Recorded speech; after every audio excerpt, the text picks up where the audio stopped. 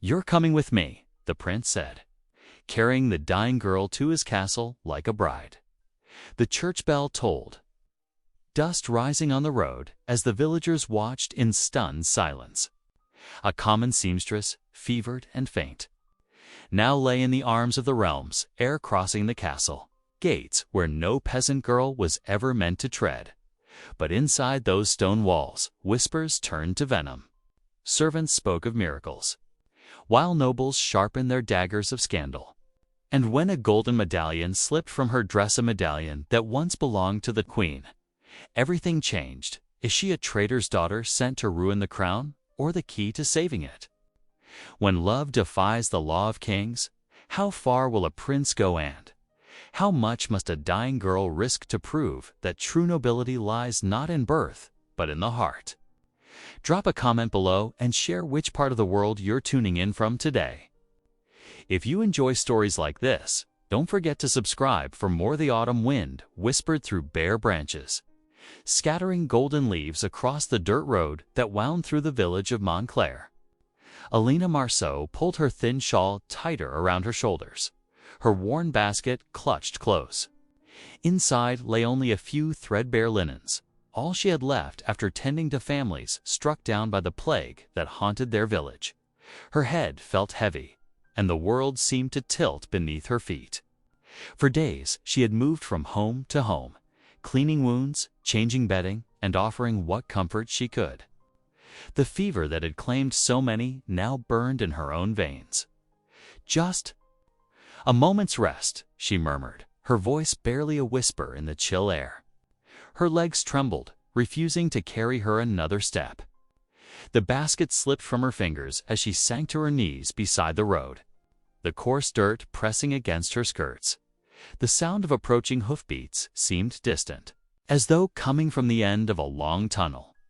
Alina tried to push herself up to move aside, but her strength had fled. As her vision blurred, she caught glimpses of rich leather boots and the flash of polished sword hilts. "Your Highness, we must not tarry," a gruff voice warned. The plague, silence.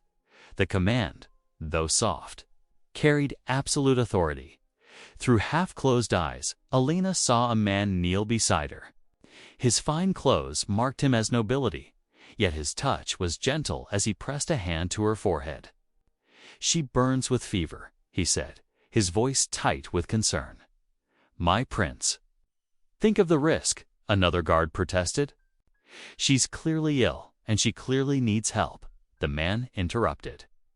Alina felt strong arms slide beneath her shoulders and knees. "You're coming with me," he declared, lifting her as though she weighed nothing at all. The world spun as she was cradled against a broad chest. Through the haze of fever, she caught the scent of leather and pine, and felt the smooth fabric of fine wool against her cheek. "The others," she tried to say. "They need, .. he soothed. "Rest now." Villagers emerged from their homes, watching in stunned silence as the man carried her toward a waiting carriage. Alina heard their whispers. "Prince Julian. Royal seal. Montclair Castle, .. But surely they were mistaken. A Prince Wouldn, single quotes T.. The carriage door opened, and she was carefully placed inside. Warm velvet cushions pressed against her back, so different from the rough wooden chairs of her cottage. A heavy cloak was wrapped around her, carrying that same scent of pine and leather. "Your Highness," one of the guards ventured. "The king will not approve. The king is not here." Prince Julian replied firmly. "I will not leave her to die by the roadside." The carriage lurched into motion, its wheels clattering against the packed earth. As consciousness slipped away from her, Alina felt herself being drawn into a protective embrace. Strong hands adjusted the cloak around her shoulders, tucking it more securely. Through the carriage windows, the forest grew darker, shadows lengthening between the trees. Prince Julian sat beside her, one hand resting lightly on her arm as though to assure himself she still breathed. His expression was troubled as he watched her. thumb absently stroking the fine fabric of his cloak where it covered her shoulder. The steady sway of the warmth of the cloak slowly eased Elena shivering. Her breathing, though shallow, grew more regular. Each time the carriage hit a rough patch of road, the prince's hold on her tightened slightly, protecting her from the jostling. "Not much further now," he murmured, though Elena was too deep in fever sleep to hear.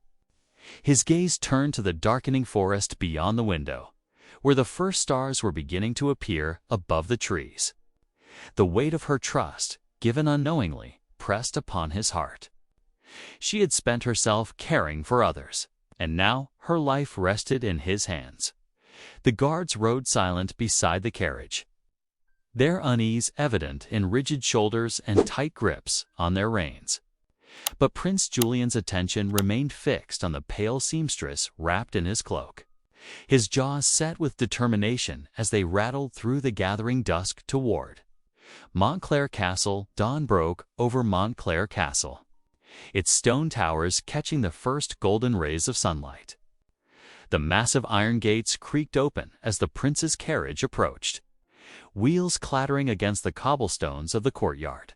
Inside, Elena lay still, wrapped in Julian's cloak, her breathing shallow but steady. Servants emerged from doorways and alcoves, their morning duties forgotten as they watched Prince Julian step down from the carriage. Without hesitation, he reached inside and gathered Elena's limp form in his arms. Her dark hair tumbled over his shoulder, and her simple dress marked her clearly as a commoner. "Fetch Master Bellamy at once," Julian commanded, his voice cutting through the growing whispers. A young page darted away while the prince carried Elena through the great oak doors. "Did you see?" a kitchen maid whispered to the laundress beside her. "A common girl in His Highness's arms." "Heaven above, what scandal is this?" the laundress replied, clutching her apron. "The court will be abuzz for weeks." The prince paid no heed to the murmuring that followed him through the corridors. He carried Elena to a modest guest chamber on the castle's eastern wing, where morning light streamed through leaded glass windows. The room, though simple by royal standards, still boasted more luxury than Elena had likely seen in her lifetime. Tapestried walls, a feather bed with clean linens, and a crackling fire in the hearth. Master Bellamy arrived shortly after, his leather bag of medical instruments clutched in his hands. The physician's lined face betrayed no emotion as he examined the unconscious girl, though his eyebrows rose slightly at the prince's obvious concern. "Your Highness," Bellamy said, measuring his words carefully, "if you would permit me to work." Julian hesitated, then nodded and stepped back. The physician rolled up Elena's sleeve with practiced efficiency and prepared his bleeding bowl. "A modest bloodletting should help balance the humors," he explained, making a small, precise cut in her arm. After binding the wound, Bellamy pressed his hand to Elena's forehead. "The fever is not severe. With proper care, broth, rest, and God's grace, she will recover. You are certain?" Julian asked, his relief visible despite his attempt at princely restraint. "Indeed, Your Highness. Though I must ask, why such concern for a village girl?" The prince straightened, his expression becoming guarded. "Every subject's life holds value, Master Bellamy. See that she receives all necessary care." 2 guards were posted outside the chamber door for protection, the prince claimed, though some wondered if they were meant to prevent escape instead. Throughout the day, Elena drifted in and out of consciousness, tended by a rotation of nervous maids who had never before served a commoner in a guest chamber. As afternoon shadows lengthened across the stone floors, Julian returned. He found Elena propped up against pillows, her face still pale, but her eyes clear and alert. She tried to bow her head in respect, but he gestured for her to remain still. "How are you feeling?" he asked, settling into a chair beside her bed. "Much improved, Your Highness. I cannot thank you enough for your kindness. Tell me of your family," he said gently. "Surely someone must be worried for you." Elena's fingers twisted in the fine linen sheets. "I have none, Your Highness." I am alone in the world, save for the goodwill of my neighbors. Surely there must be someone. Your parents, ... They died when I was very young, Your Highness. I remember little of them. Her voice was soft but firm, making it clear she wished to say no more. Julian nodded, respecting her reticence. Rest now. You are safe here. As evening settled over the castle, Alina sat in the flickering firelight, a bowl of steaming broth in her hands. The rich smell of herbs and chicken filled the room, far finer fare than she was accustomed to. Setting the bowl aside, she clasped her hands together. "Thank you, Lord, for this mercy," she whispered. "Though I am unworthy of such kindness, I am grateful." Below stairs, in the warmth of the kitchen, servants gathered to share the day's gossip over their own evening meal. The cook's helper leaned forward, her eyes bright with excitement. "Mark my words," she declared. "She be the prince's bride before winter's end. Why else would His Highness bring her here himself? A common seamstress?" The butler scoffed. "Hardly fitting for our prince." "Stranger things have happened," the kitchen maid insisted. "And did you see how he carried her? Like something from a fairy tale. It was." The whispers continued long into the night, speculation running wild about the prince's mysterious foundling and what her presence might mean for Montclair Castle. The morning sun streamed through the castle's tall windows, casting long shadows across the great hall's polished floors. Whispers and titters echoed off the stone walls as nobles gathered in clusters, their silk garments rustling with each gesture of mock scandal. Lady Isolde stood at the center, her emerald gown catching the light as she held court among her admirers. "Can you imagine?" she said, her voice carrying just loud enough to ensure everyone heard. "A common seamstress brought into the castle like some lost princess. Why, she probably planned the whole thing." Swooning at just the right moment when His Highness passed by, the gathered ladies tittered behind their fans, while several gentlemen nodded in agreement. Lady Isolde's uncle, lurking at the edges of the group, smiled thinly at his niece's performance. "I hear she barely spoke a word of thanks," another lady added. "Such ingratitude from one of her station." Prince Julian's firm footsteps silenced the gossip as he entered the great hall. His deep blue doublet and commanding presence drew all eyes, but his expression was stern as he approached the gathering. "My lords and ladies," he said, his voice carrying the weight of authority, "I trust you have more pressing matters to discuss than the health of a sick woman who has harmed none of you." Lady Isolde dipped into a perfect curtsy, though her eyes glittered with challenge. "We are merely concerned for Your Highness's reputation. After all, such unusual charity might be misinterpreted." "My reputation," Julian replied coolly, "is best served by showing mercy to those in need." "As should yours be, Lady Isolde." The rebuke hung in the air as Julian made his way to the king's council chamber. Inside, grave-faced advisors awaited him, their expressions heavy with disapproval. "Your Highness," Lord Blackthorne began, "while your compassion does you credit, we must discuss the matter of succession. The Princess of Bordeaux's family has expressed interest in an alliance. I am well aware of our diplomatic obligations." Julian interrupted, his patience wearing thin. "But I will not have an innocent woman's character maligned for political gain." Meanwhile, in the castle's lower levels, Alina had risen from her sickbed to sit by the window.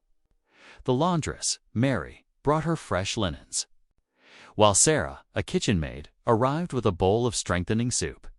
"Pay no mind to the gossip upstairs, Miss," Mary said kindly as she smoothed the bedsheets. "We've seen how you thank everyone who helps you, even the smallest serving boy." Alina smiled weakly. "Everyone deserves kindness. I only wish I could help with the work. My hands feel strange being idle." Sarah perched on a nearby stool, her plain face bright with interest. "Is it true you're a seamstress?" "My mother was one before the fever took her. She always said it was honest work, mending what was broken. "It is, Alina," replied softly. Though sometimes what's broken isn't just cloth. The two servants exchanged knowing looks. Touched by her simple wisdom, they stayed longer than their duties allowed, drawn by Elena's gentle presence and genuine interest in their lives. As evening fell and supper was served, Prince Julian made his way to Elena's chamber, nodding to the posted guard. Inside, he found her propped up against the pillows, her face still pale, but showing more color than before. "I trust you're being well cared for," he asked, adjusting the blanket that had slipped from her shoulders. "Yes, Your Highness. Everyone has been most kind." Elena's voice was soft but steady as Julian tucked the blanket around her. Something golden glinted in the candlelight. A medallion slipped from the folds of Elena's simple bodice, catching on the blanket's edge. Julian's breath caught in his throat as he recognized the intricate design of rose encircled by stars. His mother's personal sigil with careful movements that betrayed none of his shock. He picked up the medallion as if merely preventing it from falling. The weight of it in his palm sent his mind racing with questions. This was no mere copy. The worn edges and distinctive markings could belong to none other than the Queen's own pendant. "Lost many years ago. Allow me to keep this safe for you," he said evenly, though his heart pounded. Alina nodded tiredly, already drifting toward sleep. Julian slipped the medallion into his pocket, its presence heavy with implications. He walked to the door, his mind whirling with possibilities he dared not yet voice. How had a village seamstress come to possess his mother's most treasured possession? What secrets lay behind Elena's quiet demeanor? The morning light filtered through the leaded glass windows of Prince Julian's private study, casting diamond patterns across the polished oak desk. Alina stood before him, her simple gray dress a stark contrast to the rich tapestries adorning the walls. Her hands trembled slightly as she faced the prince, unsure why she had been summoned so early. "Miss Marceau," Julian began, his voice gentle but firm. He withdrew the medallion from his pocket, its golden surface catching the light. "I must know how this came into your possession." Elena's eyes widened at the sight of her treasured keepsake. She reached for her neck, where it usually hung, finding only empty air. "Your Highness, I've had it since I was a young girl. An elderly widow in our village gave it to me before she passed." Julian leaned forward, his expression intense. "What else did she tell you?" "She said it belonged to a lady of sorrow," Alina replied softly, her fingers twisting in her apron. "I remember she wept when she placed it in my hands. She made me promise to keep it safe, saying it might protect me someday." The prince rose from his chair, pacing before the hearth. His boots clicked against the stone floor as he moved. "This medallion belonged to my mother, the late Queen Catherine. She wore it every day until ... double quotes. He paused, emotion tightening his voice, "until she disappeared during the plague years." Elena's face paled. "Your Highness, I had no idea." "If I had known, no," Julian interrupted, raising his hand. "You've done nothing wrong. But this connection cannot be mere coincidence." Beyond the study's thick wooden door, the castle stirred to life. Servants' footsteps echoed in the corridors, and the distant clatter of breakfast preparations drifted up from the kitchens. Yet within the room, time seemed suspended between heartbeats. Later that morning, Lady Isolda's sharp eyes noticed Elena's missing medallion. The noblewoman prowled the castle's corridors like a hunting cat, her silk skirts whispering against the stones as she gathered her followers close. "Did you see how she bewitched our prince?" Isolda's voice dripped with honey-coated venom. A common seamstress carrying such a precious royal artifact. "Mark my words, there's dark magic at work here." The whispers spread through the castle like poison. Servants crossed themselves when Elena passed. Ladies-in-waiting drew back their skirts. Even the guards exchanged uneasy glances at their posts, overwhelmed by the hostile stares and muttered accusations. Alina sought refuge in the castle's chapel. The small stone sanctuary smelled of beeswax and incense, its silence a balm to her troubled heart. She knelt before the altar, her prayer whispered in the flickering light of votive candles. "Lord, grant me strength," she murmured, tears sliding down her cheeks. "I am but a simple seamstress. I never meant to cause such turmoil." The chapel's heavy door creaked open. Alina quickly wiped her eyes, but it was only Brother Thomas, the elderly chaplain. He nodded kindly and withdrew, leaving her to her prayers as evening approached. Prince Julian sat in his study once more, the medallion gleaming on his desk. The castle steward, Master Hughes, stood before him, his gray hair neat despite the late hour. "Your Highness," Hughes bowed slightly. "What exactly shall I search for in the records?" Julian's fingers traced the medallion's intricate design. "Anything concerning my mother's ladies-in-waiting, especially during her final year. Pay particular attention to any who might have retired to village life. And Hughes," he added, his voice lowering, "this must be done with the utmost discretion." "Of course, Your Highness." The steward's eyes showed understanding. "I shall begin with the household accounts from that period. The Queen's personal records are stored in the East Tower archives." "Good." Julian nodded, his gaze distant. "Something tells me Elena's connection to this medallion to my mother goes far deeper than any of us suspect." The steward bowed and departed, his footsteps fading into the castle's evening sounds. Julian remained at his desk, watching shadows lengthen across the floor as he pondered the mystery that seemed to grow with each passing hour. The crisp autumn air carried the scent of roasting meats and fresh-baked bread through the castle corridors. After a week of rest, Lena stood before a bronze mirror in her modest chamber, while two kind-hearted maids helped her dress for the harvest feast. Her fingers traced the soft fabric of the borrowed gown, a simple creation of dove-gray silk with delicate pearl buttons down the two. "Bodice." "There now, miss," said Mary, the younger maid, smoothing the skirts. "You look like a proper lady." Alina hardly recognized herself. The fever's pallor had faded from her cheeks, replaced by a gentle flush of health. Though the gown was plain by noble standards, its clean lines suited her natural grace. Her dark hair had been brushed until it shone, falling in soft waves past her shoulders. "The villagers will be that pleased to see you well again, Martha," the older maid said warmly as she fastened the last button. "They've been asking after you daily." "They have." Elena's heart lifted at those words. "I've missed them dearly," she admitted. "Even just the sound of their voices in the courtyard makes me feel more at home." The great hall blazed with hundreds of candles when Alina entered. Long tables groaned under platters of roasted fowl, fresh bread, and autumn fruits. Villagers in their Sunday best mingled with servants and lesser nobles, while musicians played bright melodies from the gallery above. The air hummed with laughter and conversation. Alina found a quiet corner near a tapestry, content to watch the festivities. Children darted between the tables, snatching treats. Old friends embraced, sharing news of family and harvest.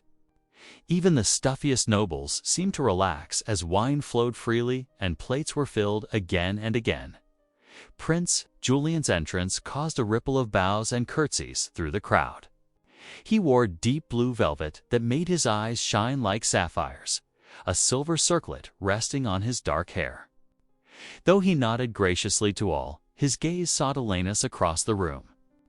When he found her, his smile warmed like summer sunshine. To Elena's surprise, he made his way directly to her corner. The crowd parted before him, conversations hushing as people turned to watch. He stopped before her and bowed deeply. "Ms. Marceau," he said, his voice carrying clearly through the sudden quiet. "Would you honor me with this dance?" A scandalized murmur rose from the noble ladies clustered near the high table. Lady Isolda's face turned white with fury. But before Alina could stammer a response, a cheer went up from the villagers. They knew her, had watched her tend their sick, mend their clothes, comfort their children. To them, she was worth a prince's attention. Elena's trembling hand found Julian's outstretched palm. "Your Highness is too kind," she managed. Curtsying, he led her to the center of the hall as the musicians struck up a gentle waltz. "Nonsense," he murmured, drawing her into the proper position. "The kindness is all yours in gracing me with your company." For one glorious hour, Elena floated in a dream.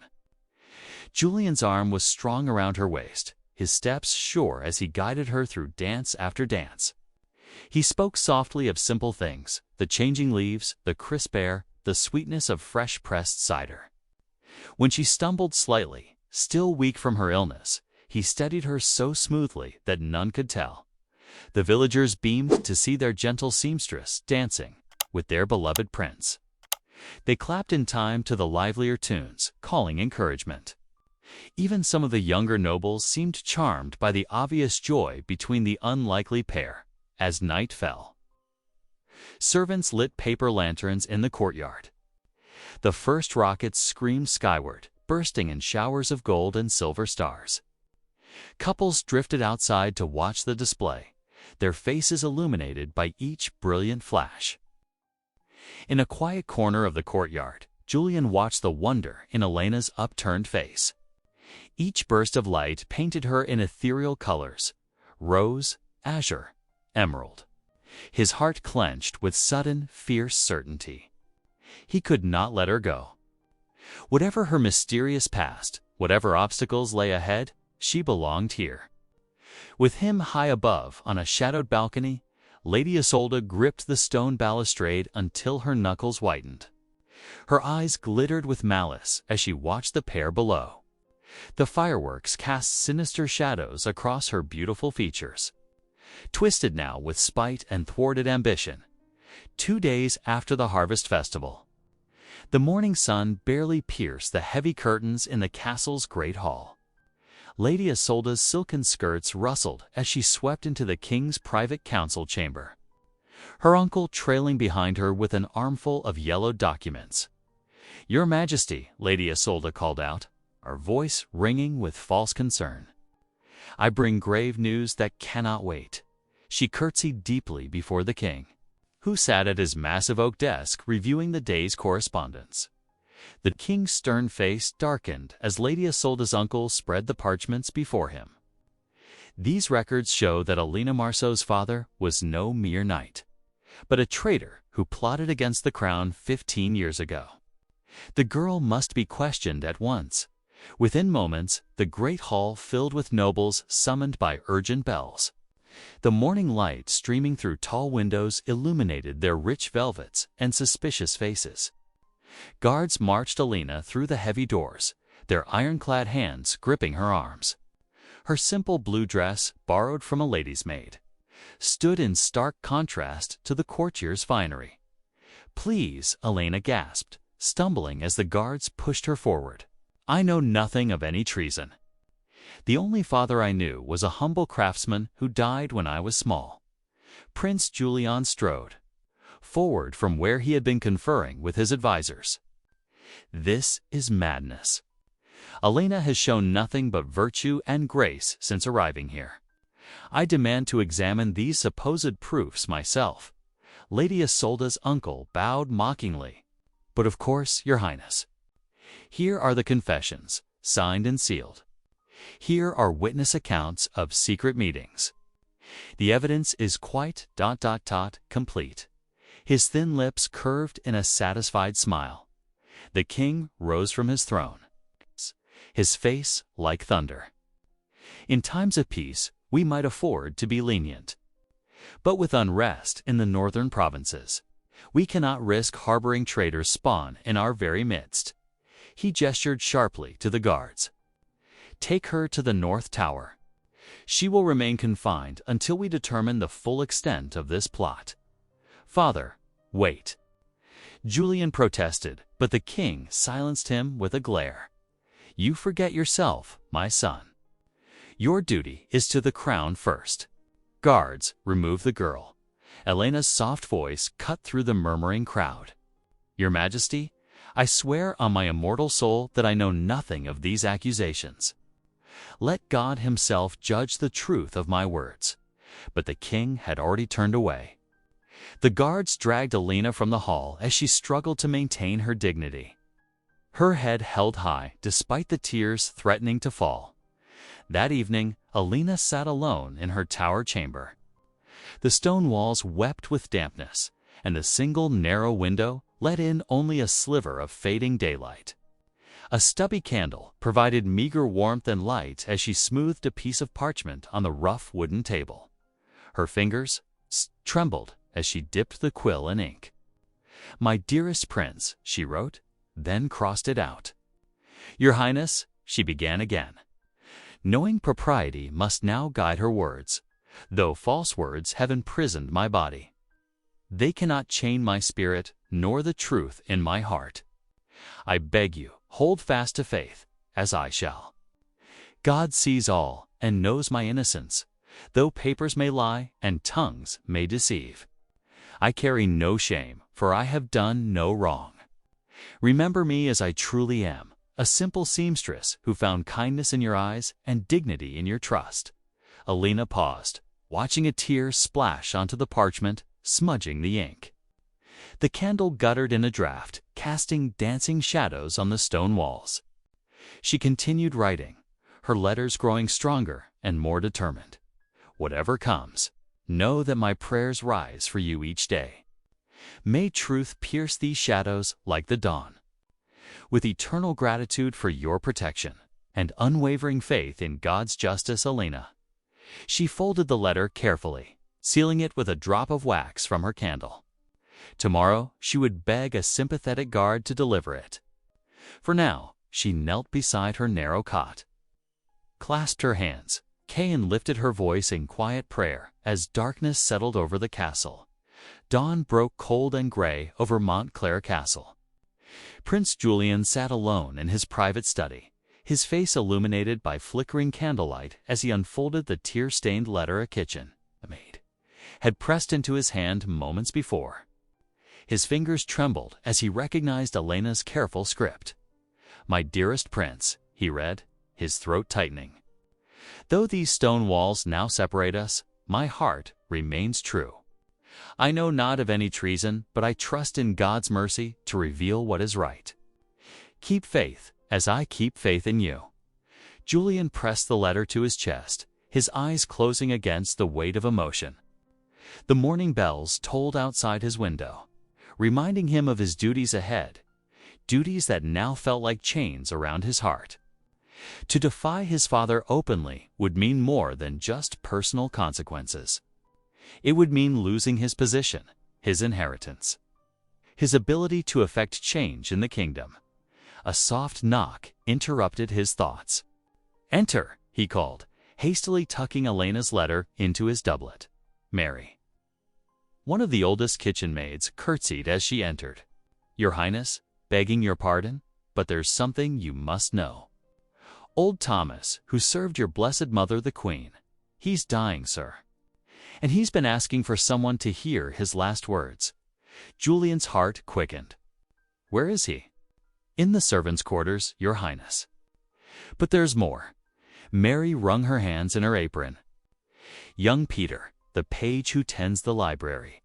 He was with Thomas this morning." "The old man?" "He spoke of documents, your Highness. Documents from years ago, concerning Lady Isolda's family. In the dim servants' corridors below stairs, whispers already moved like shadows from mouth to mouth. The truth old Thomas had revealed in his final hours spread quietly among the maids, footmen, and kitchen staff. Lady Isolda's uncle had orchestrated a web of lies years ago, fabricating evidence of treason to protect their family's rise to power. The very same documents now being used against Alina. He said they'd changed the dates, a scullery maid whispered to the cook. Forged the signatures, they did, and now they mean to use those same false papers against that poor girl, the cook replied, shaking her head as she kneaded bread with fierce intensity. The morning passed in a haze of tension. Julian attended his duties mechanically, his mind churning with possibilities. He could expose Lady Isolda's uncle, but without proof, it would be his word against years of carefully crafted deception. The servants' gossip, while telling, would carry little weight against official documents. By evening, dark clouds had gathered over the castle. Thunder rolled in the distance as Julian made his way to the chapel, his footsteps echoing in the empty stone corridor. The small space was lit only by devotional candles, their flames casting dancing shadows on the walls. Julian knelt before the altar, the cold stone pressing against his knees. Rain began to patter against the stained glass windows as he bowed his head. "Give me strength," he whispered, his voice barely audible above the growing storm. "Show me how to protect both my kingdom and my heart." Thunder cracked overhead, making the candles flicker. Julian remained kneeling, his shoulders straight despite the burden weighing upon them. "I swear," he vowed softly, "I will uncover the truth. For Elena, for justice, for the honor of my mother's memory." His hand pressed against his doublet where Elena's letter lay close to his heart. No matter the cost. The storm raged outside, but within the chapel, Julian found a moment of clarity. He would need to move carefully, gather evidence, and time his revelations perfectly. One wrong step could doom not only Elena, but any chance of exposing Lady Isolda's family's years of deception. As another thunderclap shook the windows, Julian remained in prayer, his determination growing stronger with each passing moment. The truth had begun its slow journey into the light. Now he had to ensure it would not be extinguished before it could set Elena free. Dawn's first light crept through the castle windows as Prince Julian paced in his chambers. His heart raced with purpose after a sleepless night. The moment he heard hurried footsteps approaching, he yanked open his door to find Thomas, the young page boy, breathing heavily from his rush up the tower stairs. "Your Highness," Thomas gasped, bowing quickly. The old servant Geoffrey, he spoke true. Before he passed, he told me everything about Lady Isolda's uncle and the forged documents. Julian's eyes blazed. "Come with me. We must search the archives immediately." They descended to the castle's lower levels, where countless scrolls and ledgers lay preserved in oak cabinets. Dust motes danced in the beam of morning light as Julian pulled out stacks of records, spreading them across a heavy wooden table. "Here," Thomas pointed, "the dates don't match. Lady Isolda's uncle altered these land grant records from 15 years ago." Julian leaned closer, comparing the ink and handwriting. Indeed, the forgery is crude when examined closely. A knock at the door made them both start. The castle steward entered, clutching a leather-bound volume. "Your Highness, I've found something remarkable about the Lady Elena's heritage." He laid the book open, revealing a captain's battle log. "Her father was Sir Marcus Marceau. He served as personal guard to your mother, the Queen. During the Northern Campaign, he took an arrow meant for Her Majesty, saving her life." The steward's finger traced the faded writing. "The Queen gave him her medallion that day as a mark of eternal gratitude." Julian's hands trembled as pieces fell into place. Elena's father was no traitor. He was a hero, gathering the damning evidence. He strode from the archives with determination burning in his chest. Without waiting for announcement, he pushed open the heavy doors to the council chamber. Morning sun streamed through tall windows as nobles turned in surprise at his entrance. The king sat at the head of the long table, his stern face unchanged. "Father," my lord's Julian's voice rang clear, "I have proof of Lady Isolda's deception." He spread the documents before them. These records were falsified by her uncle to discredit Elena Marceau and hide their own corruption. Lady Isolda rose, her face pale. "How dare you make such accusations? This common girl has bewitched you." Silence. The king's command cut through her protests. He examined the evidence with narrowed eyes while Julian continued. Alina is the daughter of Sir Marcus Marceau, who gave his life-protecting mother in battle. The medallion she carries was mother's personal gift to him. Julian's voice softened. She is no traitor's child, but the daughter of a noble and faithful knight. Lady Isolda's uncle tried to slip from the chamber, but guards blocked his path. The king's voice was cold as steel. Arrest him for perjury against the crown. Lady Isolda, you will remain confined to your chambers until we determine the extent of your involvement. As guards led the sputtering uncle away, Attilian bowed to his father. Alina has suffered greatly from these false accusations. I beg leave to release her immediately. The king studied his son's face before nodding once. Gravely, Julian raced through the castle corridors, taking tower steps 2 at a time until he reached Elena's cell. His hands shook as he fitted the iron key into the lock. The door swung open with a creak.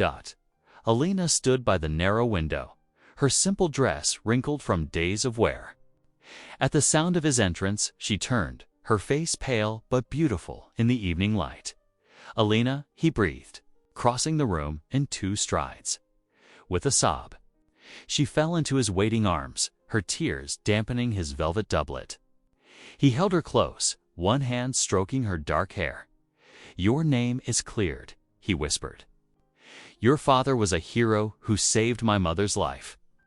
The medallion was her gift to him. He pulled back slightly to see her tear-stained face. "Your honor is restored, beloved." Your free Elena's eyes shone with joy and wonder as she clung to him.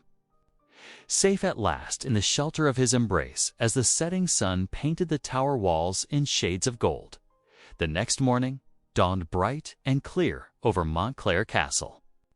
Word of Elena's innocence and Lady Isolda's deception had spread like wildfire through the village below. As the sun climbed higher, dozens of peasants began gathering at the castle gates, their voices rising in a chorus of support for the humble seamstress who had tended their sick and mended their clothes. "Alina, Alina," they called out, pressing against the iron bars. "Justice for our angel of mercy." Women who had known Elena's gentle touch during illness held their children up to see. Men who remembered her kindness in patching their only work clothes stood firm, their weathered faces determined. The crowd grew steadily, their shouts echoing off the stone walls. Inside the castle, servants paused in their duties to peer through windows at the growing assembly. As afternoon shadows lengthened, kitchen maids and stable hands began slipping out to the courtyard, carrying lanterns despite the daylight. They formed a silent circle, their lights a quiet testament to Elena's goodness. "Look how they stand for her," whispered an elderly cook to her helper, wiping tears with her apron. "That's the power of a kind heart." That is, the King of Montclair stood at his private chamber window, watching the scene unfold below. His stern face betrayed little emotion, but his fingers drummed thoughtfully on the windowsill. Behind him, his seneschal cleared his throat. "Your Majesty, the people's voice grows stronger by the hour. And now the servants too. I see it well enough," the king said quietly. After a long moment, he straightened. "Summon my son and the girl to the throne room, and send word for the court to assemble within the hour." Alina stood before the throne, her simple dress a stark contrast to the rich tapestries and gleaming armor that lined the walls. Prince Julian stood tall beside her, his bearing proud despite the whispers that rustled through the gathered nobles. The king's voice rang out in the hushed chamber. "Step forward, both of you." As they approached the dais, Alina sank into a deep curtsy while Julian bowed. The king studied them, his face unreadable. "The people cry out your name," he said to Alina, "from the highest tower to the lowest kitchen. Your presence has stirred this castle's heart. And now I must decide what to do with you." Before he could continue, Prince Julian stepped forward. His voice carried clearly through the hall, steady with conviction. "Father, I will wed Elena, if it costs me my title, my inheritance, all I possess." so be it. I choose her." A collective gasp rippled through the assembly. Elena's eyes widened, her hand flying to her throat. But Julian wasn't finished. In her, I have found more nobility than in all the grand halls of Europe, more grace than in any royal court, more wisdom than in 100 ancient scrolls. This is my choice, and I make it freely." The king rose slowly from his throne. All held their breath as he descended the steps, his boots echoing on the marble floor. He stopped before Alina, who trembled but met his gaze with quiet dignity. "You would accept this burden?" he asked softly. "The weight of a crown, the scrutiny of a kingdom." "Your Majesty," Alina replied, her voice clear, though tears shone in her eyes. "I seek no crown. I seek only to love your son and serve your people with all my heart." The king's stern expression softened, ever so slightly. He turned to face the assembly, his voice ringing with authority. "Love, it seems, makes fools of us all, kings included." A small smile touched his lips. "Let it be known that I give my blessing to this union." Joy exploded through the throne room. Nobles who had scorned Alina now rushed to offer congratulations. Servants watching from the galleries cheered and embraced as evening fell over Montclair. The chapel bells began to peal, their joyous sound carrying across the countryside. Inside the chapel, the elderly priest recorded their names in his great book, officially announcing the banns of marriage. Alina and Julian knelt together before the altar, their hands clasped tight. As candlelight danced on the medallion that now hung proudly around Elena's neck, outside, villagers and servants alike danced in the courtyard, their lanterns glowing like earthbound stars in the gathering dusk. The bells continued their song, telling all who could hear that love had triumphed at last in Montclair Castle. 3 Sundays after the banns were first read, morning sunlight streamed through the chapel's stained glass windows, casting rainbow patterns across the stone floor.